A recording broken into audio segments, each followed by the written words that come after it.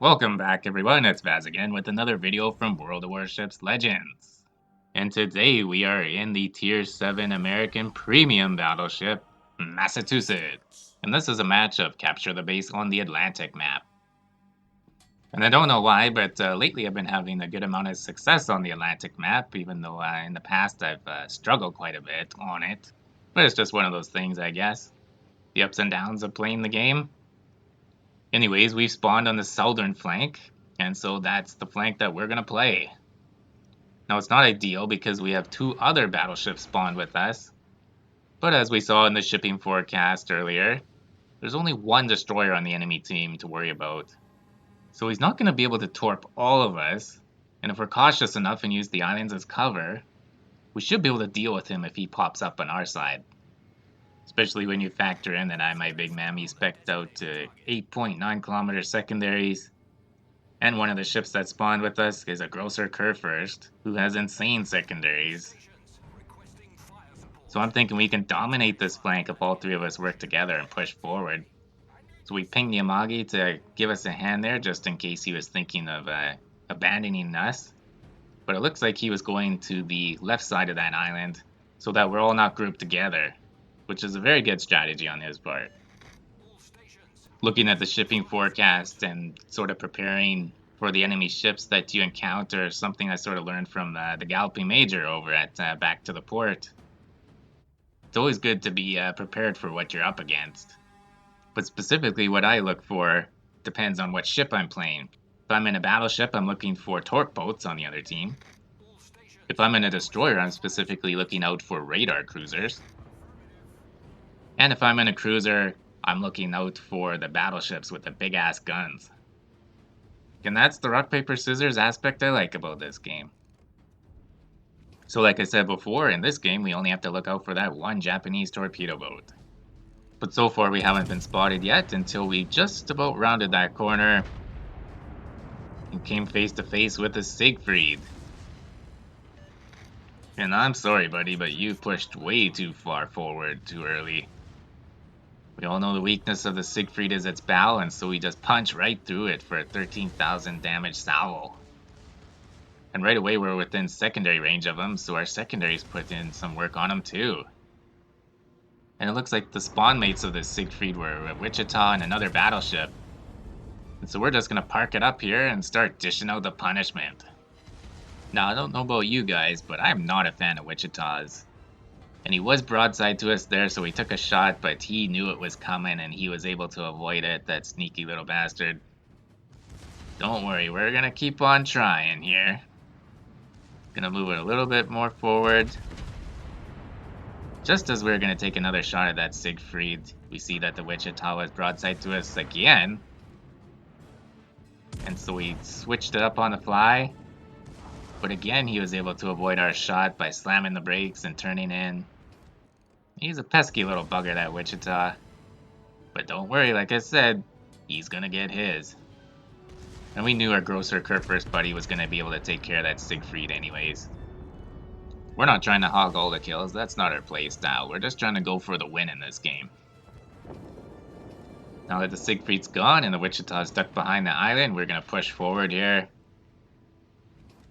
It looks like there happens to be a key coming over. He's about to get our attention pretty soon here. But first, the Wichita's reappeared, and he is broadside to us yet again. But this time, he's standing still. And buddy, you've already gotten away with it twice, but you ain't gonna get away with it 3 times. And we smack him for 17,000, taking half of his health. I know the Wichita has really good armor, but it's not that good. You can't keep testing your luck. Eventually, it's gonna run out. And right after that, that key introduced himself to us. He smacked us for over 10,000 in damage. Well, it's nice to meet you, Key. Thank you for that warm greeting. Allow me to return the favor in kind. By taking half of your health. With a massive 30,000 damage salvo. Ooh boy, I bet he's wishing we never met right about now. Well, that Wichita looks to be pressing his luck again, so we're just going to keep on pushing forward. See if we can get another shot against him. And he slams his brakes to try and throw our timing off, but he's too close to be doing that. Doesn't give him enough time to accelerate and avoid our shot. And we blast him right through his front guns, completely destroying one of his turrets. And our secondaries continue to work on him, and eventually they finish him off, getting us a close quarters combat medal and a devastating strike. You gotta love it when you finish off a devastating strike with your secondaries. Now unfortunately this key is hiding behind this island that's in front of us, so we don't have a clear shot against him. But off in the distance we do see a Jean Bart backing up. And although we're not spec'd out for accuracy with this build, we still give it the old college try. And launch a full salvo at him. And we do get one penetration on him, which gets us about 5k in damage. That's about to be expected at this distance. When it comes to my Big Mammy build, I only have a 17 kilometer range. And I'm using Willis Lee as my commander. And he doesn't have much in the way of accuracy skills. We're playing it a little bit cautiously against this key as he was charging forward. We figured he was going on a torping run. And unfortunately we don't have any allies that can screen torps for us. So last thing we want to do is let him get some easy torp hits on us. Our teammates were able to finish him off though. And that gives us a clear path to outflank the rest of their team. It also gives us an opportunity to pop our commander build up on the screen for you to have a look at. As I previously mentioned, we've chosen Willis Lee. And we spec'd out to a survivability build. Previously I'd chosen a full brawler build. Now it's just having no success with that. The accuracy and the turret traverse were just horrendous. I just couldn't turn my turrets around fast enough to line up my shots, and even when I did, the accuracy was all over the place. So I made some changes to my inspirations and my commander skill choices, and also changed the mod in slot 4 to the newly controversial artillery plotting room, and I've been having much more success. And although I haven't played the ship very much, in the games I have played I've had much better success. And right now we'll try to demonstrate that improved accuracy against another Wichita off in the distance there. He was at a little bit of a weird angle, but we were able to line it up just right, netting us a second devastating strike on a Wichita in this game. Unfortunately, we lost a ship that was defending our base against their destroyer, so we need some of our teammates to head back there and deal with him. It shouldn't be too hard because it looked like he was at pretty low health. In the meantime, we worked our way over into the enemy base. And we had seen a broadside Richelieu, and so we just waited a little bit longer for him to reappear. Our shots would have been wasted on that other Big Mammy who was sailing away from us. And those two turrets that launched at that Richelieu looked pretty good. I'm not exactly sure where they landed, I wasn't zoomed in there. But the results were not very good.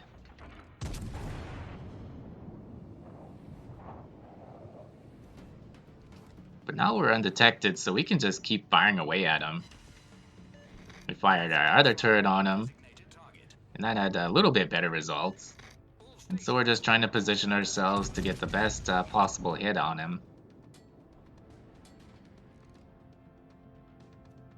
And that last shot, my goodness, the dispersion was disgusting. Where were those shells going? At least one of them hit him and we got a little bit of damage, but good lord.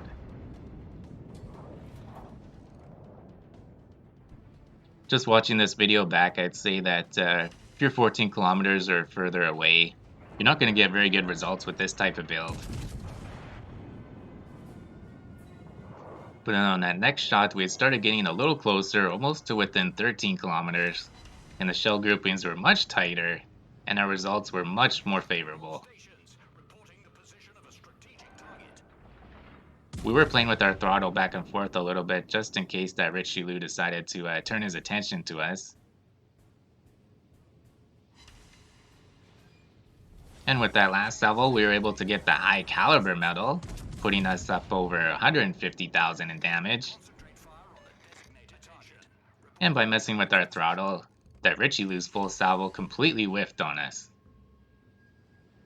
So at this point, it's just a matter of if we're going to finish off these ships or capture the base first. Our friendly destroyer is in the base with me, and I'm not exactly sure what he was doing this entire game, because on the results screen, he has less than 500 XP. So I think he was pretending that I was towing him around the whole game or something, because he must have not done anything to get that low XP on the winning team and not be AFK. Well, Richie-Lou was trying to angle towards us near the end of his life there, and he was able to bounce some of our shells on some of their shots, but eventually we were able to finish him off, and that gives us our third and final kill of the game. And now at this point I'm thinking, well, I don't really want to capture the base, to be honest. Let's let somebody else get a kill, finish off that last enemy Big Mammy. Let's let someone improve their score, huh? So we actually start to exit the base, and we turn around to that destroyer and tell him, hey, you get out of the base too, guy. Let the people have their fun. And we just get out of the base in time, which allows the friendly Grocer first to get the final kill of that Big Mammy. And that ends the game instead. A much more fun way to end a game, wouldn't you say? And we make some progress on our campaign journey as well there. Well, we ended that game with 164,000 in damage, 3 kills, and 54 secondary hits. Not bad, one of which got us the Close Quarters Expert medal. And we also get the High Caliber medal. And we're at the top of our leaderboard with over 2,500 in XP. But more impressively, the friendly Lightning on our team finished as the worst player in the game, even though he was on the winning team with the 1.5 win bonus. My hat goes off to him because playing that bad must be actually really hard to do. Okay, that's enough jokes for today. Thank you guys for watching. If you did like that video, go ahead and hit that thumbs up button. If you want to see more of my videos, hit that subscribe button. And as always, stay healthy and do what makes you happy.